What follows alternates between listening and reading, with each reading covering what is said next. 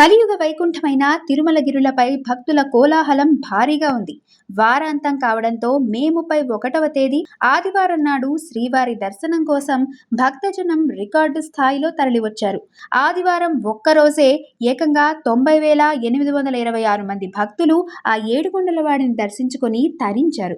స్వామివారిపై ఉన్న అపారమైన భక్తితో 42,747 మంది భక్తులు తలనీలాలు సమర్పించుకోగా శ్రీవారి హుండీ కానుకల ఆదాయం ఏకంగా 3.85 కోట్లకు పైగా ఆదాయం వచ్చింది. ఇక స్వామివారి ప్రసాదమైన లడ్డూల విక్రయాలు 3.99 లక్షల మార్కును తాకగా 2.73 లక్షల మంది భక్తులు పరమ పవిత్రమైన అన్నప్రసాదాన్ని స్వీకరించారు. ఇక సోమవారం రోజున కొండపై రద్దీ ఎంతలా ఉందంటే దాదాపు 21 వైకుంఠం కంపార్ట్మెంట్లు నిండిపోయాయి. ఎలాంటి టోకెన్లు లేని సామాన్య భక్తులకు సర్వదర్శనానికి దాదాపు 12 గంటల సమయం పడుతోంది. ఎండలు ఎక్కువగా ఉన్నా కూడా గోవింద నామస్మరణతో తిరుమల కొండలు మారుమోగిపోతున్నాయి.